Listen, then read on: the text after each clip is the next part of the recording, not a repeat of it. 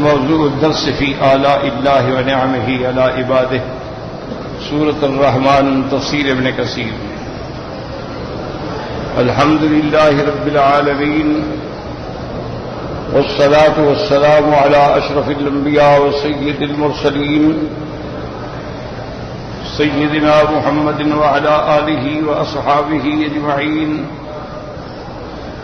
اللهم صل على سيدنا محمد وعلى آل سيدنا محمد كما صليت على إبراهيم وعلى آل إبراهيم في العالمين إنك حميد مجيد. أعوذ بالله من الشيطان الرجيم. بسم الله الرحمن الرحيم. خلق الإنسان من صلصال كالفخار وخلق الجان من مارج من نار فبأي آلاء ربكما تكذبان رب المشرقين ورب المغربين فبأي آلاء ربكما تكذبان مرج البحرين يلتقيان بينهما برزخ لا يبغيان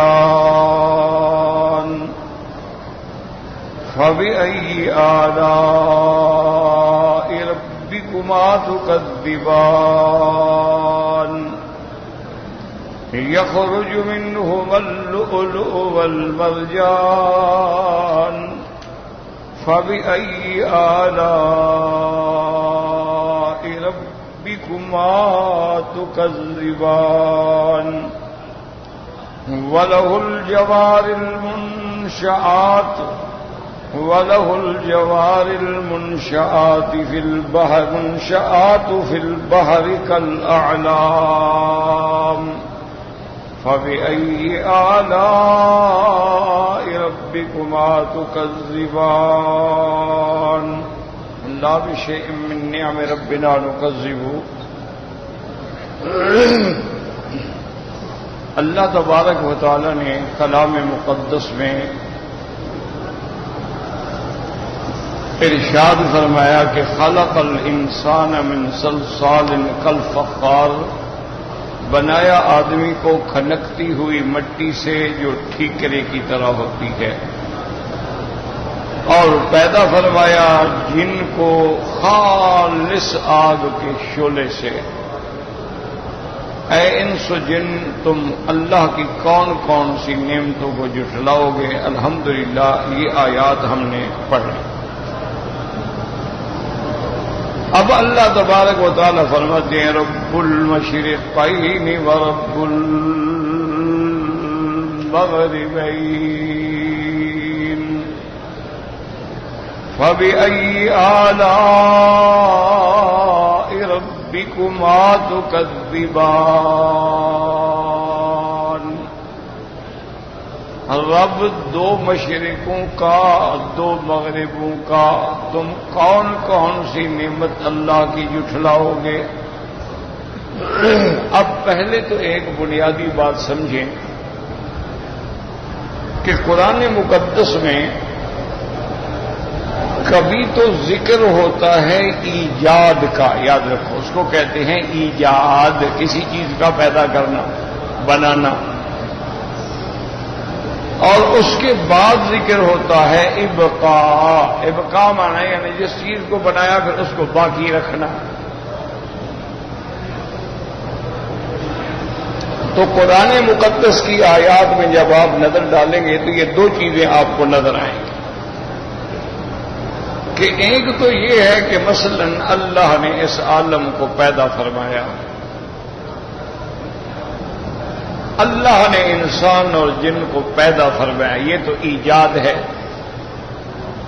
پھر ان کو باقی رکھنا جو ہے اس کو کہتے ہیں ابقاء. پھر جہان کو باقی رکھنا، انسان کو باقی رکھنا، جنات کو باقی رکھنا، یہ ایک الگ نعمت ہے.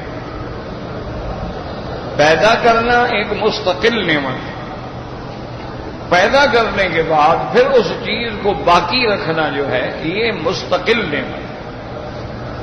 کیوں؟ اگر پیدا کرنے کے بعد اللہ باقی نہ رکھتے ختم، بچہ پیدا ہوا مر گیا، تو اس کا باقی رکھنا جو ہے وہ بھی ایک عظیم نعمت ہے۔ تو پھر باقی رکھنے کے لیے ضروریات مختلف ہوتی ہیں۔ کیا مانا؟ بچہ پیدا ہے، اب اس کی ضرورت ہے کہ اس کو زندہ رہنے کے لیے خوراک چاہیے۔ اب خوراک بیچارہ وہ ہضم نہیں کر سکتا، روٹی وہ نہیں کھا سکتا، بسکٹ وہ نہیں کھا سکتا، ڈبل روٹی وہ نہیں کھا سکتا، نہ اس کے دانت ہیں، تو اس کے باقی رکھنے کے لیے اللہ نے ماں کے سینے میں دودھ پیدا کر دیا۔ ماں کے سینے میں اللہ نے دودھ رکھا ہے، ورنہ اللہ چاہتے تو بندے کو بھی دودھ دے سکتے تھے، مرد کو بھی، لیکن ماں نے تو ہر وقت ساتھ رہنا ہے۔ پھر ماں کو جو بچے سے محبت ہوتی ہے وہ باپ کو نہیں ہوتی۔ بچہ رو رہا ہے، اس کو تنگ کر رہا ہے، سونے نہیں دیتا، وہ بیچاری پھر بھی اٹھ کے تھپک رہی ہے، کپڑا ڈال رہی ہے، کندھے پہ ڈال کے ٹہل رہی ہے، اس کو بہلا رہی ہے۔ باپ تو کہہ دیتے کیا شور کر رہا ہے بچہ، دوسرے کمرے میں لے جاؤ، مجھے سونے دو۔ لیکن ماں تو ایسے نہیں کہتی نا کہ میرے بچے کو تم لے جاؤ، مجھے سونے دو۔ تو اس لیے اللہ نے ماں کے سینے میں رکھا کہ اس نے اس کو پیٹ میں اٹھایا ہے، اس نے اس کی ولادت کا مرحلہ جو موت و حیات کا مرحلہ ہوتا ہے اس سے گزری ہے۔ اب یہ اس کی محبت کا محتاج ہے، تو اللہ نے اس کے سینے میں غذا رکھ دی کہ بس بچے کو دودھ پلا دو، اس کی بس یہی غذا ہے، اس کو اور کسی کھانے وانے کی ضرورت نہیں۔ تو بچے کو غذا کی ضرورت ہی اللہ نے دے دیا۔ اب بڑوں کو تو کھانے پینے کی ضرورت ہے، تو اب اللہ نے دانے پیدا کر دی، اور حب العصف والریحان، اللہ نے ہمارے لیے رزق پیدا کر دیا، کہیں گندم ہے، کہیں جو ہے، کہیں باجرہ ہے، کہیں فاکہۃ، کہیں پھل ہیں، والنخل، کہیں کھجور ہے، تاکہ بندے کے ضروریات زندگی جو ہے وہ پورے ہو۔ اب انسان کو دنیا میں رہنا ہے تو پیسہ، کاروبار وہ بھی بتا دیا، وضع المیزان، عدل کرو، انصاف کرو، زیادتی نہ کرو، نقصان نہ کرو، ٹھیک ٹھیک عدل کے ساتھ تول کرو، ٹھیک ٹھیک پیمائش کرو، تو اللہ تمہارے رزق میں برکت دے دیں گے۔ کیونکہ التاجر الامین جو ہے، یعنی تاجر ہے اور امانت والا ہے، وہ تو اللہ کے عرش کے نیچے ہوگا قیامت میں۔ تو یہ سارا ہماری بقا کا انتظام۔ اب اسی انتظام میں اللہ نے فرمایا رب المشرقین و رب المغربین، یہاں دو مشرقوں کا ذکر ہے اور دو مغربوں کا ذکر ہے، حالانکہ مشرق ایک ہے اور مغرب ایک ہے، مشرق مغرب شمال جنوب، لیکن اللہ نے دو کا ذکر فرمایا کہ دو مشرق دو مغرب، اس کی کیا وجہ؟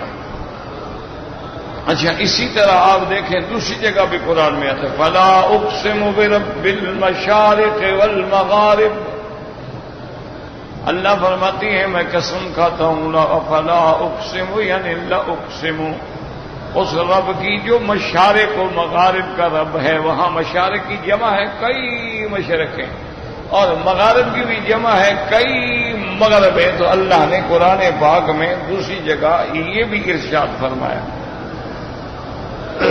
کسی جگہ فرمایا رب المشرق والمغرب، وہاں ایک کا ذکر ہے، یاد ہے رب المشرق والمغرب لا الہ الا هو فاتخذہ وکیلا، وہاں ایک مشرق ایک مغرب، یہاں دو مشرق دو مغرب، اور ایک آیت میں جو ہے کئی مشرق اور کئی مغرب۔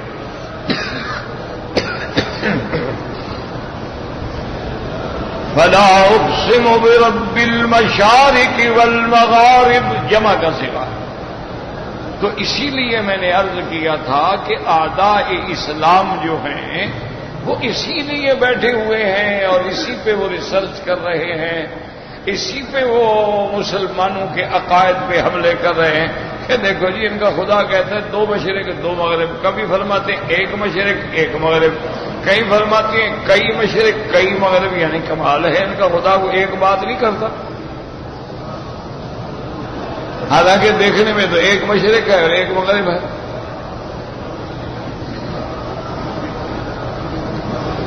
تو اس قسم کے اعتراض کر کے وہ مسلمانوں کے ذہنوں میں شکوک ڈال دیتے ہیں کہ بھئی اگر اللہ کا قرآن ہو، اللہ کا کلام ہو، اور تم کہتے ہو اللہ بھولنے سے پاک، اللہ غلطی سے پاک، تو پھر یہ کیسے کہہ دیا؟ تو اصل بات یاد رکھیں کہ اللہ کا فرمان برحق ہے۔ یہ جو معترضین ہیں اصل میں یہ حسد میں اور بغض میں آ کر اندھے ہو گئے ہیں، سوچنے سمجھنے کی صلاحیت سے محروم ہو گئے۔ ہمیشہ یاد رکھیں 2 چیزیں ہیں، محبت اور بغض۔ محبت میں بھی آدمی اندھا ہو جاتا ہے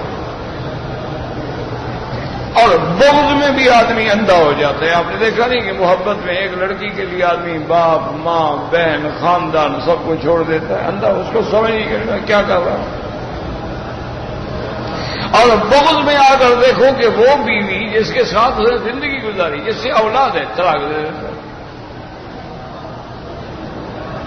تو اصل میں یہ جتنے مشرکین ہیں، خاص طور پہ یہود ہیں، نصارہ ہیں، اسی طرح وثنیین ہیں یعنی بتوں کے پجاری ہیں، یہ اسلام دشمنی میں اندھے ہو گئے۔ ان کو اور کچھ بھی نظر نہیں آتا سوا اسلام دشمنی، ورنہ بڑی آسان سی بات ہے۔ اللہ نے فرمایا رب المشرقین و رب المغربین، 2 مشرق کیا مانا؟ ہر سال میں 2 موسم ہوتے ہیں، ہمیشہ یاد ہے، ہر سال میں 2 موسم۔ لإیلاف قریش ایلافہم رحلۃ الشتاء والصیف، ایک شتا ہے ایک صیف ہے۔ شتا مانا سردیوں کا موسم، صیف مانا گرمیوں کا موسم۔ تو مکے والے بھی 2 سفر کرتے تھے، جب سردیوں کا موسم ہوتا یمن چلے جاتے، جب گرمیوں کا موسم ہوتا شام چلے جاتے۔ تو موسم 2 ہوتے ہیں، سردیوں کا موسم بھی ہوتا ہے اور گرمیوں کا موسم بھی ہوتا ہے۔ اچھا خدا کی شان دیکھیں، بعض چیزیں جو ہیں وہ سردی کی موسم میں ہوتی ہیں، وہ گرمی کی موسم میں نہیں ہوتی، اور بعض چیزیں جو ہیں وہ گرمی کی موسم میں ہوتی ہیں، سردی کی موسم میں نہیں ہوتی۔ تو اب اللہ نے فرمایا رب المشرقین، جو سردیوں کے زمانے میں مشرق ہے اس کا بھی رب ہے، اور جو گرمیوں کے زمانے میں مشرق ہے اس کا بھی رب ہے، رب المشرقین۔ تو موسم 2 ہو گئے تو گویا مشرق بھی 2 مغرب بھی 2 ہو گئے۔ اس لیے اللہ نے 2 کا ذکر فرما دی کہ بھئی سردیوں کی مشرق مغرب ہے، پھر گرمیوں کی مشرق مغرب ہے، اور دونوں کے اوقات کا بھی فرق ہے، کبھی دن بڑا ہے کبھی رات بڑی ہے۔ اس لیے فرمایا رب المشرقین و رب المغربین، اور جہاں ایک فرمایا وہاں بتلا دیا کہ اصل مشرق مغرب تو ایک ہے، لیکن موسم کے اعتبار سے ہم اس کو 2 کہہ رہے ہیں، ورنہ اصل مشرق فلا اقسم برب المشرق والمغرب ایک ہے، للہ المشرق والمغرب ایک ہے، لیکن موسم کے اعتبار سے اللہ نے اس کو فرما دیا رب المشرقین و رب المغربین۔ تو اب مفرد اور تثنیہ سمجھ آ گیا، باقی رہ گیا جمع کا صیغہ فلا اقسم برب المشارق والمغارب، کئی مشرق کئی مغرب۔ اللہ نے فرمایا ہر ملک کا مطلع الگ ہے، ہر ملک کا غروب الگ ہے، ہر ملک کا طلوع الگ ہے، تو گویا ہر ملک کی اپنی مشرق ہے اور اپنی مغرب ہے۔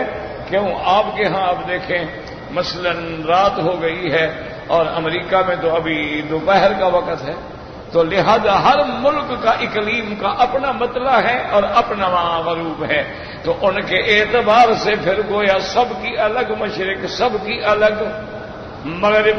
اچھا، اسی لیے وہ حدیث مبارک سامنے رکھیں تو مسئلہ سمجھ آ جائے گا۔ حضور پاک صلی اللہ علیہ وسلم نے فرمایا، اللہ قرآن میں فرماتے ہیں وَمَن شَهِدَ مِنكُمُ الشَّهْرَ فَلْيَصُمْ، جب رمضان کا چاند پالو تو پھر روزہ رکھو۔ لیکن اب چاند کے بارے میں کیا حکم دیا؟ صوموا لرؤیتکم وافطروا لرؤیتکم، ہر ملک اپنے اپنی رؤیت کا اعتبار کرے، ہر اقلیم اپنی رؤیت کا اعتبار کرے۔ جب چاند نظر آئے تو روزہ رکھ لو، اور جب چاند نظر آئے تو عید کر لو۔ فَإِنْ غُمَّ عَلَيْكُمْ فَاكْمِلُوا 30، اگر چاند چھپ جائے، بادل آ جائیں، نظر نہ آئے تو پھر 30 دن پورے کرو۔ تو اب دیکھیں نا، اب آپ کے ہاں مثلا عید ہوتی ہے، آپ کے ملک میں عید جو ہے دوسرے دن ہوتی ہے۔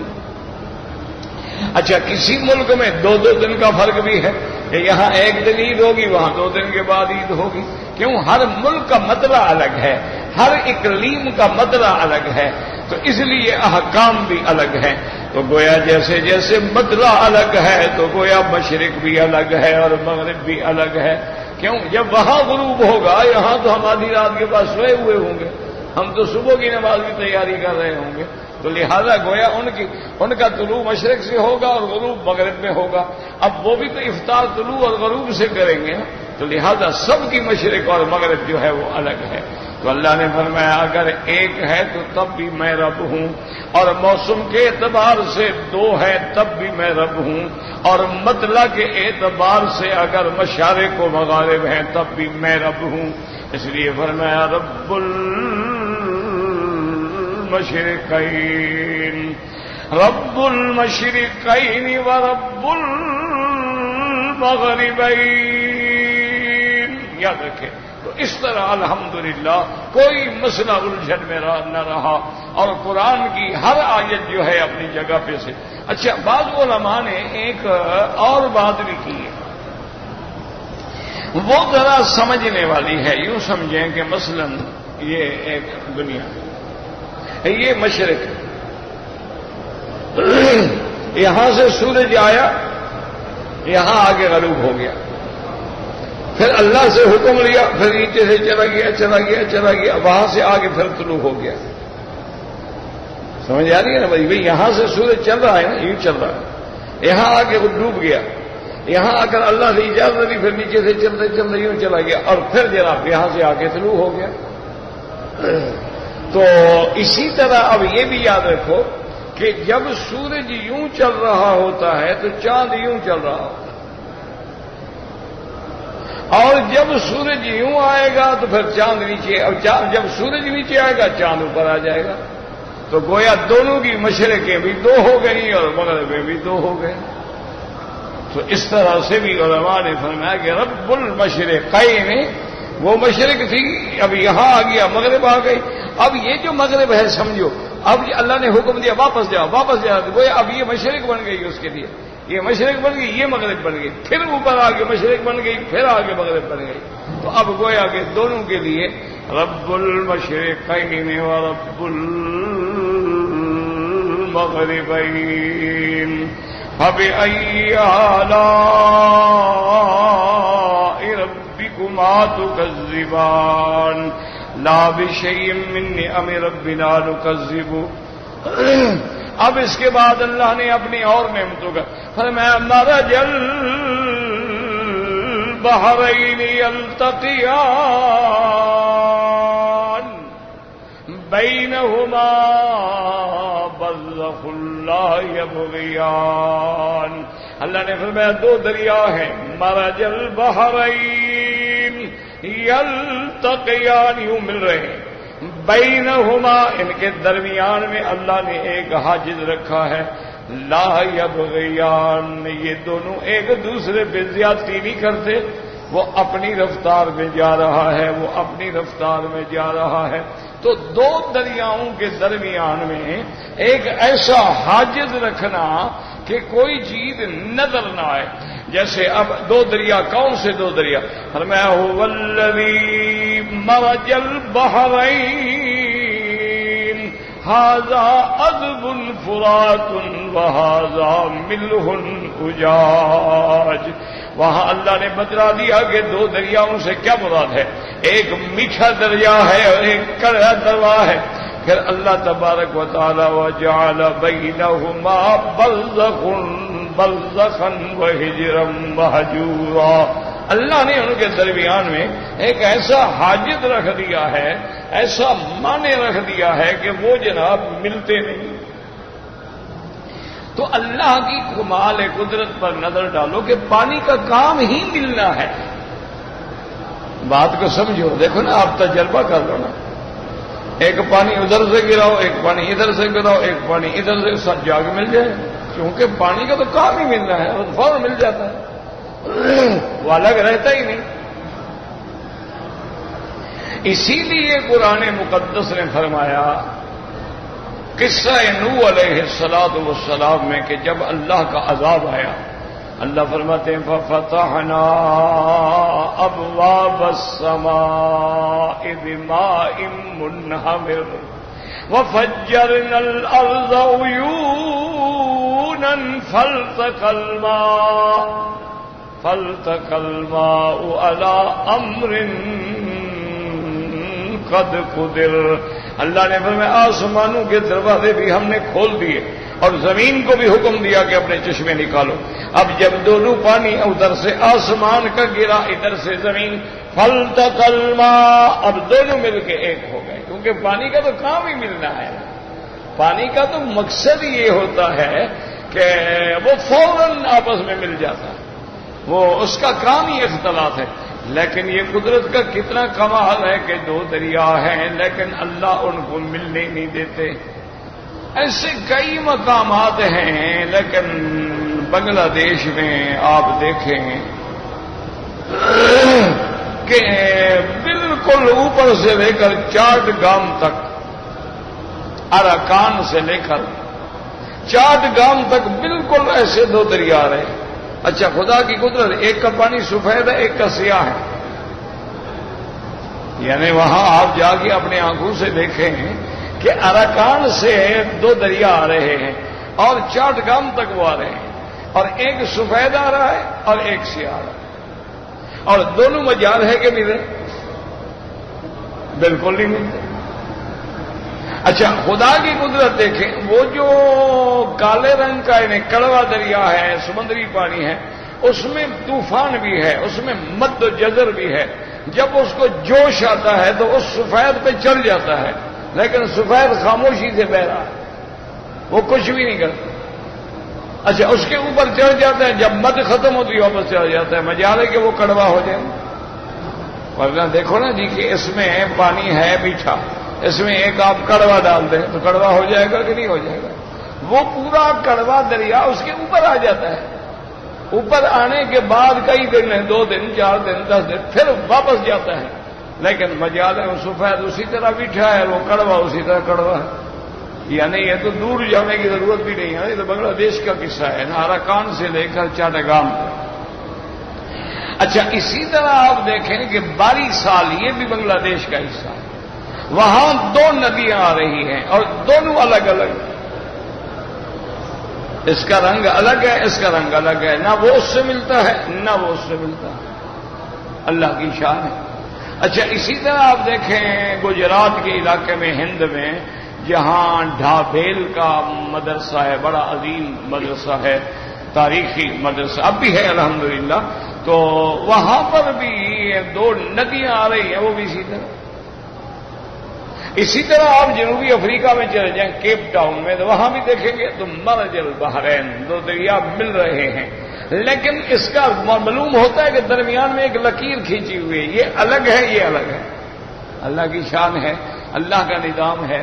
اچھا، پھر کمال کی بات دیکھیں، کمال قدرت کی، کہ وہ بالکل لکیر واضح نظر آ رہی ہوتی ہے، لیکن جناب یہ ہے کہ جب آپ کشتی پہ جاتے ہیں تو ادھر سے ادھر گزر جائیں، وہ جو رکاوٹ ہے وہ آپ کو کہیں ٹکر نہیں مارتی،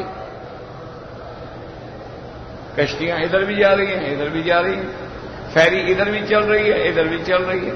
اچھا آپ جناب غوطہ ماریں ادھر کالے دریا میں ماریں سفید میں نکل جائیں, سفید سے ماریں درمیان میں کچھ نہیں لگ رہا. لیکن اللہ فرماتے ہم نے حاجت رکھ دیا ہے کہ تم آ جا بھی رہے ہو لیکن ہم پانی کو نہیں ملنے دیتے. اس کی کمال قدرت دیکھیں نا کہ جی بندہ اس سے گزر رہا ہے اور اس کو کوئی ٹکر شکر نہیں لگ رہی کہ آگے کوئی دیوار ہو. لیکن اللہ اس کے بعد بھی جیسے آسمانوں کو اللہ فرماتے رفع السماوات بغیر عمد ترونہا, بغیر ستونوں کے ہم نے اتنا اونچا آسمان کھڑا کر دیا. هل تری من فطور, کیا تم نے دیکھا کبھی آسمانوں میں کوئی سوراخ ہو گیا ہو, کوئی نقص پڑ گیا ہو, کوئی ٹکڑا گر گیا ہو, کوئی گریسنگ نہ ہونے کی وجہ سے سخت ہو گیا ہو, کوئی آئلنگ کا محتاج ہو, کوئی اس کی ریپیئر کا محتاج نہیں. بنا دیا جب چاہیں گے بنا کر دیں گے. اللہ تبارک و تعالیٰ کی کمال قدرت ہے. تو اللہ فرماتے ہیں میرے بندے دیکھو تمہارے لیے یہ دونوں نعمتیں ہیں. اچھا اب تم یہ نہ سمجھنا کہ چلو جی میٹھا پانی تو نعمت ہے لیکن کڑوا کیسے نعمت ہے. میٹھا پانی تو ٹھیک ہے نا, ہر آدمی پیتا ہے, ہم پیتے ہیں, سب کچھ ہے, جانور پیتے ہیں. لیکن یہ جو سمندر کا کڑوا پانی ہے تو منہ میں ڈالو تو آدمی فوراً کیا کر دے. تو علماء نے لکھا ہے یاد رکھو اگر یہ کڑوا پانی نہ ہوتا, اگر یہ سمندر نہ ہوتے تو تمہارے شہروں سے یہ جو روزانہ گندگی کا کروڑوں گیلن پانی جا کے اس میں وہ نمکین ہے, وہ ملے والا ہے, وہ کڑوا سے کو کھا جاتا ہے, ورنہ تو بدبو پھیلتی تو مر جاتی ساری دنیا, کوئی زندہ بھی نہ رہتا. وہی کڑوا پانی تو ان سب کو برداشت کر رہا ہے. اسی لیے آپ دیکھتے ہیں نا کہ جانور کا چمڑا ہے اس پہ آپ نمک لگاتے ہیں, نمک لگا کے کچھ عرصہ چھوڑ دیتے ہیں پھر سکھاتے ہیں تو بدبو نہیں ہوتی. نمک نہ لگائیں وہ تو جناب آپ کو ایک دن بھی نہ رہنے دے وہاں. اسی طرح اللہ نے کیسا انتظام کیا ہے کہ پورے شہر کی گندگی جو ہے وہ جناب ڈھیروں کی ڈھیر اسی میں جا رہی ہے, بس اسی میں جا کے ختم ہو رہی ہے. اور ورنہ یہ تو ایسے جراثیم اور ایسی بیماریاں پیدا ہوں کہ دنیا جو ہے زندہ نہ رہے. اور پھر یہ نہیں, اور اس کے اندر اللہ نے بڑی نعمتیں رکھی ہیں اور بڑے فوائد رکھے ہیں کہ بعض اوقات جو کڑوا پانی پیدا کرتا ہے وہ میٹھا پانی بھی پیدا نہیں کرتا. جیسے ڈاکٹر حکیم کہتے ہیں کہ جس بندے کو خارش ہو اور ٹھیک نہ ہوتا ہو وہ کہتے ہیں سمندر کے پانی سے 5-6 دن غسل کرتا رہے تو اس کے خارش والے سب ختم ہو جائے, کیونکہ اس کے اندر اللہ نے ایسے اثرات رکھے ہیں کہ اس کے جلد کے اندر جتنے جراثیم ہیں ان کو کھا جاتا ہے نا, ختم کر دیتا ہے, مار دیتا ہے. تو آدمی جو ہے وہ ٹھیک ہو جاتا ہے.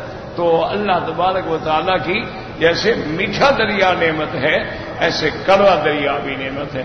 اس لیے فرمایا مرج البحرین یلتقیان بینہما برزخ لا یبغیان فبأی آلاء ربکما تکذبان یخرج منہما اللؤلؤ والمرجان. یاد رکھیں یہاں اللہ نے جمع تثنیہ کا ضمیر یخرج منہما, حالانکہ موتی اور مرجان جو ہیں یہ کڑوے سمندر سے نکلتے ہیں, میٹھے دریا سے نہیں نکلتے. یہ جتنے موتی ہیں لولو کہتے ہیں صاف موتی, مرجان جو ہے وہ سرخ رنگ کا ہوتا ہے وہ بھی ایک موتی ہے. تو یہ دونوں جو ہیں یہ کڑوے دریا سے نکلتے ہیں. لولو ہو مرجان ہو تو یہ میٹھے دریا سے تو نکلتے نہیں, لیکن اللہ فرماتے ہیں یخرج منہما, ان دونوں سے. تو بعض علماء نے فرمایا اس کو تغلیب کہا جاتا ہے. جیسے اللہ فرماتے ہیں یا معشر الجن والانس الم یاتکم رسل منکم. اللہ فرماتے ہیں کیا تم میں سے ہم نے رسول نہیں بھیجے؟ تو اللہ نے جنوں میں سے تو کوئی رسول نہیں بھیجا ہے. رسول تو اللہ تبارک و تعالی نے انسانوں سے بھیجا ہے, لیکن اللہ تبارک و تعالی نے خطاب دونوں کو فرما دیا الم یاتکم رسل منکم. تو اس لیے علماء فرماتے ہیں کہ یخرج منہما یعنی من مجموعہما، ان میں سے کیا نکلتی ہیں؟ لؤلؤ والمرجان. بس. اچھا، بعض علماء فرماتے ہیں کہ اللہ کے کلام میں حکمتیں ہیں. یہ موتی پیدا ہی تب ہوتا ہے جب اس میں میٹھا پانی آتا ہے. وہ کہتے ہیں پھر تو گویا کہ مطلب یہ ہوا کہ دونوں سے نکلے. وہ کہتے ہیں اصل میں آپ نے دیکھا ہوگا، آپ کبھی جائیں نا سمندروں کے کنارے پہ، یہ جو بیچ ہوتے ہیں، لوگ جاتے ہیں، نہاتے ہیں، غسل کرتے ہیں، تو وہاں سیپیاں ہوتی ہیں. سیپیاں چھوٹی بھی ہوتی ہیں، بڑی بھی ہوتی ہیں، اتنی بڑی بڑی بھی ہوتی ہیں. اچھا، سمندروں کے کنارے پہ لوگ بیٹھے ہوتے ہیں، یہ بیچتے بھی ہیں، ان کے ہار بناتے ہیں گلے میں ڈالنے کے لیے. چھوٹی سیپیاں، پھر بڑی سیپیاں، پھر بڑی سی. اچھا، ان کے اندر اللہ نے ایک گوشت رکھا ہے. اس سیپی کے اندر جو ہے ایک گوشت ہے. اس گوشت کو نکال کے بڑا خاص طور پہ پکایا جاتا ہے. وہ بھی ایک بہت بڑی ڈش ہے اور بڑی قیمتی ڈش ہے، کیونکہ ہم لوگ تو نہیں سمجھتے ہیں نا، جہاں جہاں جس ملک میں ہو تو بڑی وہ قیمتی ڈش شمار ہوتی ہے. تو اس سیپی کے اندر وہ اچھا بالکل بند ہے. اس کو نکالنے کے لیے بڑے طریقے سے پہلے وہ چاقو سے صاف کرتے ہیں، پھر طریقے سے اس کو اکھاڑتے ہیں، پھر نکالتے ہیں، پھر دھوتے ہیں، پھر صاف کرتے ہیں، پھر جا کے وہ بنتی ہیں، پکتی ہیں. اچھا، جس میں وہ گوشت نہیں ہوتا ہے تو اس کے بجائے کبھی کبھی وہ موتی نکل آتی ہے. کبھی کبھی جو ہے وہ موتی نکل آتے ہیں. اور اچھا، خدا کی قدرت دیکھیں کہ جب سیپی ایسے منہ کھولتی ہے نا جی، بالکل سیپی کی شکل ایسی ہوتی ہے جیسے گندم کا دانہ ہوتا ہے. اچھا، جب وہ منہ ایسے اس کا بند ہوتا ہے، جب منہ کھولتی ہے بارش کے قطرے آتے، زیادہ قطرے آ گئے پھر اس نے منہ بند کر دیا. اچھا، زیادہ قطرے آ جائے تو پھر وہ موتی بنتے ہیں، لولو بنتے ہیں. اگر ایک قطرے کے بعد وہ منہ بند کر دے تو پھر وہ بڑا موتی بنتا ہے، وہ لال بچ جاتا ہے، وہ سب سے قیمتی موتی ہوتا ہے. وہ پھر در یتیم منفرد موتی کہلاتا ہے. تو اس لیے یہ اللہ تبارک و تعالیٰ کا ایک عظیم نظام ہے کہ اس نے تمہارے لیے ان دریاؤں میں تمہارے موتی رکھ دیے ہیں، مرجان رکھ دیے ہیں، لولو رکھ دیے ہیں، جن سے تمہاری عورتوں کے زیور بن رہے ہیں. اور وہ اتنے قیمتی ہوتے ہیں کہ آدمی ان کی قیمت کا کبھی کبھی تصور بھی نہیں کر سکتا. یعنی یہ اچھا، یہ جو ڈائمنڈ ہے یہ الگ چیز ہے، یہ گویا کوئلے کی قسم ہے. ڈائمنڈ جو ہے یہ ایسے ہے جیسے کوئلے کی کان ہوتی ہے نا، ایسے ڈائمنڈ کی بھی کانیں ہوتی ہیں. کھدائی کرتے کرتے کرتے کرتے کرتے نیچے چلے جاتے، وہاں سے وہ خام پتھر ملتا ہے. اس خام پتھر کو جب توڑتے ہیں تو اس کے اندر سے وہ ڈائمنڈ نکلتے ہیں. پھر ان کی کٹنگ کی جاتی ہے اور پھر ان کو بنایا اور سنوارا جاتا ہے، تو پھر اس کی قیمت جو ہے وہ بڑھ جاتی ہے. اچھا، خدا کی قدرت دیکھیں کہ یہ چھوٹے سے ڈائمنڈ ہوتا ہے، لیکن کبھی کبھی یہ اتنی قیمت ہوتی ہے کہ بندہ تصور بھی نہیں کر سکتا. اچھا، پھر یہ ہے کہ یہ اللہ نے جو ڈائمنڈ بنایا ہے، کبھی کبھی تو یہ وائٹ ہوتا ہے، سفید ہوتا ہے. اچھا، کبھی کبھی یہ بلیو وائٹ ہوتا ہے، ہلکا نیلا سفید ہوتا ہے. کبھی یہ یلو ہوتا ہے، پیلے رنگ کا ہوتا ہے. اور اچھا، کبھی کبھی یہ گرین بھی ہوتا ہے، سبز ہوتا ہے. اور وہ جو سبز ہوتا ہے تو وہ تو یعنی پرائس لیس، اس کی کوئی قیمت ہی نہیں. وہ تو بادشاہ قیمتیں لگاتے ہیں اس کی کوئی قیمت کا آپ اندازہ ہی نہیں کر سکتے ہیں. تو اللہ تبارک و تعالیٰ نے فرمایا کہ میری نعمتیں دیکھو، صرف میں نے تمہیں مچھلی نہیں پیدا کر دی ہے کہ تم دریاؤں سے مچھلی نکال کے کھاتے رہو. میں نے مچھلیاں بھی پیدا کی ہیں. ان مچھلیوں میں میں نے پھر قسمیں بنا دی ہیں. کوئی امبر ہے، کوئی کچھ ہے، کوئی کمر کہلاتی ہے، کوئی شعور کہلاتی ہے، کوئی عربی کہلاتی ہے. اچھا، کوئی شارک مچھلیاں ہیں، وہ انسانوں کی دشمن ہیں. اور کوئی ڈولفن مچھلیاں ہیں، وہ انسانوں سے پیار کرنے والی ہیں.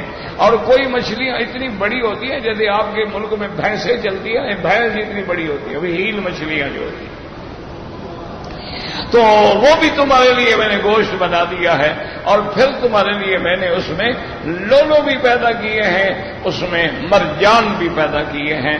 تو میری کون کون سی نعمتوں کو جھٹلاؤ گے؟ میری کون کون سی نعمتیں ہیں جن کو تم، اس لیے پھر ہر نعمت کے بعد آتا ہے تنبیہ ہوتی ہے فَبِأَيِّ آلَاءِ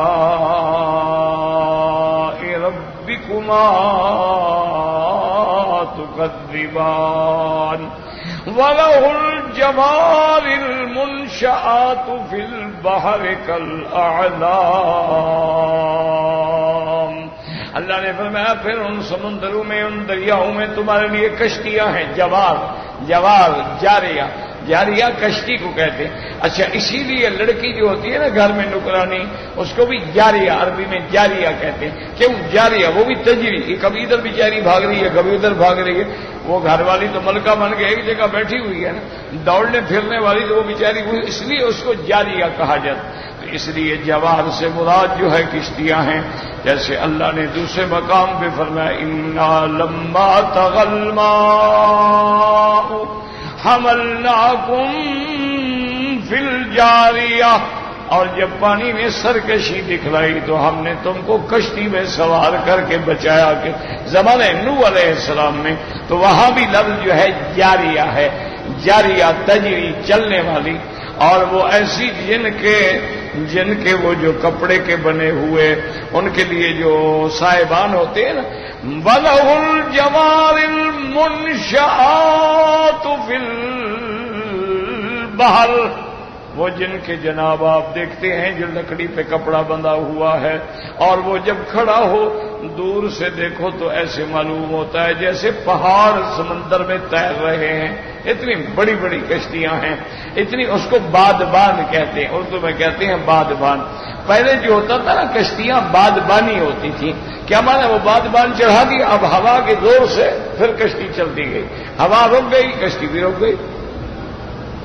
اچھا ہوا مخالف ہو گئی پھر بھی کشتی کھڑی ہو گئی۔ تو اس لیے پہلے زمانے میں دخانی، اور پہلے بادبانی، اس کے بعد دخانی، پھر اس کے بعد یہ نئے نئے جو ہے اسٹیم کے آپ کے یہ آئے ہیں، بڑے بڑے جہاز آئے ہیں۔ اب تو اس کی کئی لگژری قسم کے جہاز دنیا میں بن گئے ہیں۔ تو باہر صورت یہ ہے کہ وہ پھر اس دور میں یہ ہوتا تھا کہ کشتیاں سمندر کے کنارے کنارے لے جاتے تھے، ہوا چل پڑی کشتیاں چل پڑی، ہوا رک گئی کشتیاں رک گئی، ہوا مخالف ہو گئی ٹھہر گئے، انہوں نے لنگر ڈال دیا اور ٹھہر کے صبر کیا، انتظار کرتے رہے کہ ہوائیں چلیں تو ہم چلیں۔ تو اس لیے اللہ فرماتے ہیں کہ میری ان نعمتوں پر بھی غور کرو کہ پھر ان کشتیوں کے ذریعے میں نے تمہارے لیے کتنے اسباب حمل و نقل بنا دیے ہیں کہ ایک ملک کا مال جو ہے بحری جہاز بھر بھر کے لا رہا ہے، اور ادھر کا مال جو ہے ادھر جا رہا ہے۔ اچھا پھر اللہ کا نظام دیکھیں، ایک چیز بنگلہ دیش میں پیدا ہوتی ہے وہ ہمارے پاس نہیں پیدا ہوتی، ایک انڈیا میں پیدا ہوتی ہے وہ یورپ میں پیدا نہیں ہوتی، ایک یورپ میں پیدا ہوتی ہے وہ انڈیا میں پیدا نہیں ہوتی۔ اللہ نے نظام بنا دیا، اگر ہر چیز ہر جگہ ہوتی تجارت کیسے چلتی؟ تو لہذا ہم اس کے محتاج ہیں، وہ ہمارے محتاج ہیں۔ اسی طرح تاریخ میں آتا ہے ایک ملک ایسا بھی تھا کہ وہاں ہر طرف چھوٹے چھوٹے پہاڑ تھے اور سب سونے کے تھے۔ اچھا ان کے پاس سونا تو تھا لیکن نمک نہیں تھا، تو وہ بیچارے بڑے پریشان ہوتے تھے، بھی کھانا جو پکائے کھانے میں نمک ہی نہ ہو تو کھائے کیا بندہ؟ تو وہ کیا کرتے تھے، وہ کہتے تھے کہ بھئی 1 کلو سونا لے لو 1 کلو نمک دے دو۔ تو وہ 1 کلو نمک کے بدلے میں 1 کلو سونا دے دیتے تھے، 10 کلو دینا 10 کلو سونا لے جاؤ۔ تو کہ اللہ کا نظام ہے کہ سونا تو دے دیا لیکن جو ہے نمک جو ہے وہ نہیں دیا۔ تو یہ اللہ کا نظام ہے، اسی لیے حکم ہے کہ آدمی کو ہر حال میں اللہ کی نعمتوں کا شکر کرنا چاہیے اور اللہ کی نعمتوں کی قدر کرنی چاہیے اور اللہ کی رضا اور قضا پہ راضی رہنا چاہیے۔ اس کی جو ہے وہ حکمتیں ہیں جس کا ہم کوئی اندازہ بھی نہیں کر سکتے۔ اس لیے اللہ فرماتے ہیں وَلَهُ الْجَوَارِ الْمُنشَآتُ فِي الْبَحْرِ كَالْأَعْلَامِ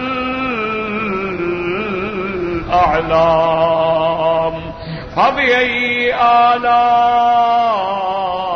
رَبِّكُمَا تُكَذِّبَانِ لا بشيء من نعم ربنا نكذب۔ اللہ ہمیں اپنی نعمتوں پر شکر کی توفیق عطا فرما اور اللہ ناشکری سے محفوظ فرما اور اپنے خزانہ غیب سے رزق عطا فرما۔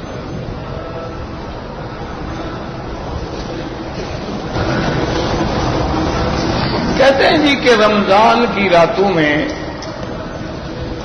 اللہ نے قرآن میں فرمایا ہے کہ تمہاری عورتیں جو ہیں وہ تم پر حلال ہیں، تم ان کا لباس ہو اور وہ تمہارا لباس ہے۔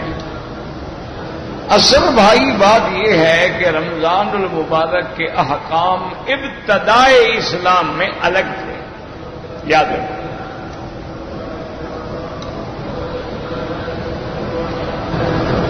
جیسے پہلے صرف عاشورہ کا روزہ تھا، اسی طرح پھر 3 روزے تھے ایام معدودات، پھر اللہ کا حکم آیا تو رمضان کا مہینہ پورے کا پورا اللہ نے امت محمد مصطفیٰ پہ فرض فرما دیا کہ فمن شہد منکم الشہر فلیصم۔ اب اسی طرح یاد رکھیں کہ پھر رمضان کے روزے کے بھی الگ الگ احکام تھے۔ کیا مانا؟ روزہ ہم نے رکھا صبح کو، کلوا واشربوا حتى يتبين لكم الخيط الابيض من الخيط الاسود من الفجر،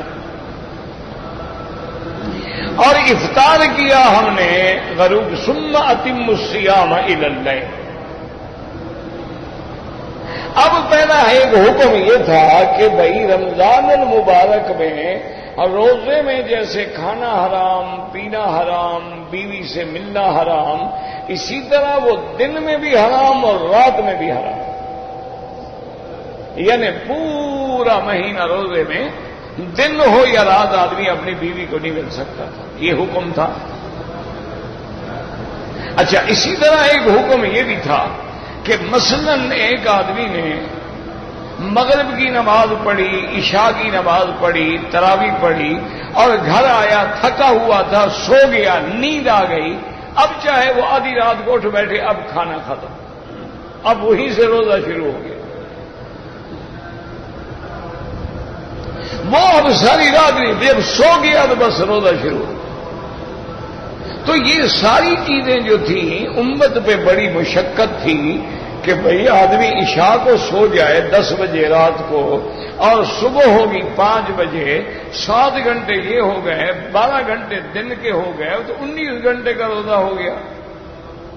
اچھا، لوگ بھی بیچارے مزدور، کام کرنے والے، باغوں پہ ڈول کھینچنے والے، پانی پلانے والے، کھجوروں پہ جانے والے، تو اچھا، اسی طرح یہ تھا کہ انسان ہے، ایک گھر میں ہے، خوبصورت بیوی ہے، جوان ہے، میاں بیوی کٹھے بیٹھے ہیں، آدمی کے جذبات بھڑک جاتے ہیں، لیکن وہ جناب بیوی کو رات کو بھی نہیں مل سکتا، تو اس لیے اللہ نے پھر حکم دے دیا کہ بھئی ساری رات کھانا بھی جائز ہے، پینا بھی جائز ہے، جب تک کہ صبح صادق نہ ہو، چاہے سو جاؤ نہ سو جاؤ، سب کچھ تمہارے لیے حلال۔ اور فرمایا احل لکم لیلۃ الصیام الرفث الی نسائکم، اور رات میں تم اپنی بیویوں کے ساتھ بھی مل سکتے ہو، یعنی رات ہے تم اپنی بیوی سے جماع کر سکتے ہو، کوئی مسئلہ نہیں۔ تو اللہ نے فرمایا ہن لباس لکم وانتم لباس لہن، وہ تمہارا لباس ہے، تم ان کا لباس ہو۔ کیا مانا؟ کہ جیسے لباس آدمی کو سردی گرمی سے بچا لیتا ہے، اسی طرح عورت بھی ہمیں گناہوں سے اور جہنم سے بچا لیتی ہے، اور مرد بھی عورت کو جہنم سے اور گناہوں سے بچا لیتا ہے۔ جیسے لباس میں آدمی محفوظ ہو جاتا ہے، میاں بیوی حلال کھانے سے محفوظ ہو جاتے ہیں۔ تو اس لیے اللہ تبارک و تعالیٰ نے ارشاد فرمایا، تو وہ پہلا حکم جو تھا وہ ختم ہو گیا۔ اب حکم قیامت تک یہی ہے کہ رات میں سو جاؤ یا جاگتے رہو، کھانا بھی جائز، پینا بھی جائز، بیوی سے ملنا بھی جائز۔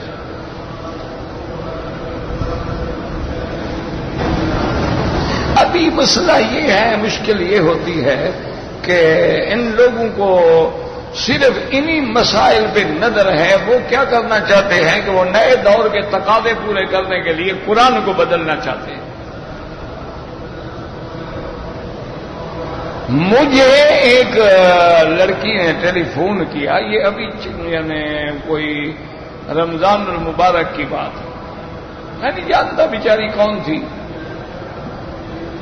اس نے کہا جی کہ میرا خامند جو ہے ماشاءاللہ بڑا دیندار ہے، نمازی ہے، پرہیزگار ہے، لیکن ماشاءاللہ وہ خود مجتہد کے درجے کو پہنچا ہوا ہے اور دین کی ہر بات خود سمجھتا ہے. وہ کہہ رہے چھوڑو، کیا 4 امام ہیں اور فلان ہے اور فلان ہے، حدیث موجود ہے، قرآن موجود ہے، پڑھو بس، خود عمل کرو، خود سمجھ لو. تو میں نے کہا بیوی کوئی بات نہیں، اچھی بات ہے، یہ بھی کوئی ایسی کفر اسلام کی بات تو نہیں ہے، چلو قرآن حدیث پہ تو عمل کرتا ہے نا. خود نے کہا نہیں، میں آپ سے جو مسئلہ پوچھ رہی ہوں وہ یہ ہے کہ وہ یہ کہتا ہے کہ بھئی روزے میں کھانا بند، پینا بند، دن میں بیوی سے ملنا بھی بند، تو اب افطار کے وقت یا پانی پی کے افطار کریں گے یا کھانا کھا کے افطار. وہ کہتے ہیں نہیں، میں افطار تیرے ساتھ جمع کر کے کروں گا، کیونکہ اس پہ کوئی عمل نہیں کر رہا، میں عمل کروں گا. روزہ کھولنا ہے نا، وہ کہتے ہیں روزہ تو اس سے بھی کھل جائے گا نا. روزے میں بند تھا، سورج ڈوبا، جب کھانا حلال ہو گیا پینا تو بیوی بھی حلال ہو گئی نا. تو اپوز کہتے ہیں جناب وہ پہلے جماع فرماتے ہیں، اس کے بعد وہ جناب نہا کے پھر مسجد چلے جاتے ہیں. اب میں عورت ہوں، میرے بال ہیں، میں غسل کروں، سکھاؤں، کب نماز پڑھوں، میں کیا کروں، میں تو ایک مستقل عذاب میں آ گئی. وہ بھی قرآن سمجھ رہا ہے نا ماشاءاللہ. اس کا کیا کیا؟ اسی لیے ائمہ فرماتے ہیں، اسی لیے آپ دیکھیں کہ رابطہ عالم اسلامی نے اور اسی طرح بڑے بڑے فحول العلماء جو گزرے ہیں، یعنی ان سب نے یہی لکھا ہے کہ بھئی ہم ائمہ اربعہ جو ہیں ان سے باہر نہیں جاتے ہیں، ہم ان کے اندر ہی رہتے ہیں. کیوں کہ یہ لوگ جو ہیں ان کا زمانہ اقرب الی زمان رسول اللہ ہے. دیکھیں نا، ہم پیدا ہوئے 1400 سال بعد، امام ابو حنیفہ پیدا ہوئے 50 ہجری میں، 50 سال بعد. تو جو 50 سال بعد پیدا ہوا وہ حضور کے صحابہ اور آپ کا دین کو زیادہ سمجھنے والا ہوگا یا جو 1400 سال بعد پیدا ہوا؟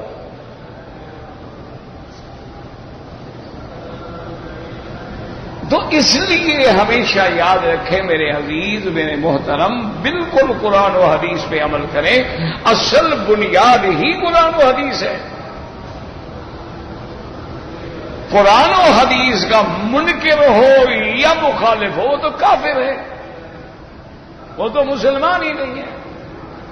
لیکن اب قرآن اور حدیث کو سمجھنے کے لیے تم ایک گاڑی خریدتے ہو، اس کو چلانے کے لیے بھی سمجھتے ہو، کیڈلاک پڑھتے ہو، گھڑی خریدتے ہو اس کا بھی کیڈلاک پڑھتے ہو اور دیکھتے ہو کہ کیسے چابی بھرنی ہے، یا آٹومیٹک ہے، یا یہ سیل والی ہے، یہ واٹر پروف ہے، اگر ہے تو کتنے گہرے پانی تک یہ کام کر سکتی ہے، یہ سارے معلومات حاصل کرتے ہو. اگر گھر کا زیور بنانا ہو تو سونا لے کے سونار کے پاس جاتے ہو کہ نکلس بنا دو اور بندے بنا دو اور کوکا بنا دو اور جھومر بنا دو، انگوٹھیاں بنا دو. وہ ان کو بناتا سنوارتا ہے، اصل تو سونا ہے. سونا نہ ہو تو کیا مٹی کے زیور بنا دے گا؟ اصل تو قرآن و سنت ہے. لیکن ان ائمہ اربعہ نے ان کو سنوار کے، سنگار کے، بنا کے، ایک ایک مسئلہ نکھار کے الگ رکھ دیا، قیامت تک امت کو تکلیف نہ. اب جب ہمیں طہارہ کے مسئلے کی ضرورت ہوگی کتاب الطہارہ کھول لیں، ہمیں نماز کے مسئلے کی ضرورت ہوگی کتاب الصلاۃ کھول لیں، ہمیں زکوٰۃ کے مسئلے کی ضرورت ہوگی کتاب الزکوٰۃ کھول لیں، ہمیں علم کے فضائل پہ ضرورت ہوگی کتاب العلم کھول لیں گے، ہمیں ایمان کے مسائل کی ضرورت ہوگی کتاب الایمان کھول دیں گے، ہمیں فتن کے احوال پڑھنے ہیں کتاب الفتن کھول دیں گے. اب حضور کے زمانے میں تو نہ ایسی کتاب تھی، نہ کتاب الصلاۃ تھا، نہ کتاب الزکوٰۃ تھا، نہ کتاب الحج تھا، نہ کتاب ہوتی ہے. پھر یہ ساری چیزیں ختم، بدعت ہو گئی. حضور کے زمانے میں نہ بخاری تھی، نہ مسلم تھی، نہ سیاستہ تھا، اور نہ یہ باب تھے، نہ یہ انداز تھا کتابیں لکھنے کا. لیکن ان کتاب الصلاۃ میں جو حدیثیں ہیں وہ حدیث کس کی ہے؟ محمد مصطفیٰ کی ہے. کتاب الزکات میں جو احکام ہے وہ حکم کس نے دیا؟ محمد رسول اللہ نے. تو اس لیے ہمیشہ یاد رکھا کریں، ورنہ پھر اسی طرح ہوگا جیسے اس نے سمجھا نا مسئلہ کہ بھئی جب پانی سے افطار ہو سکتا ہے، کھجور سے ہو سکتا ہے، بیڑی سے بھی تو ہو سکتا ہے. کہتے ہیں جی کہ ہمارا دوست ہے وہ لیبر کمپنی کو سپلائی کرتا ہے، کمپنی سے 120 ریال روز کے لیتا ہے اور لیبر کو 110 ریال دیتا ہے. کیا دونوں کو بتا دیا ہے؟ کمپنی کو بھی بتا دیا اور مزدور کو بھی بتا دیا کہ بھئی میں آپ سے 120 لوں گا، لیکن لیبر کو میری مرضی ہے میں 100 دوں 110 دوں. اور لیبر کو بھی بتا دے کہ میں جو تمہیں کام ڈھونڈ کے دے رہا ہوں تو میں نے بھی تو کوئی معاوضہ لینا ہے نا، لہذا میں تمہیں 110 دوں گا لیکن لوں گا میں ان سے. اگر دونوں کو بتا دو تو ٹھیک ہے، چوری کر رہا ہے تو حرام ہے.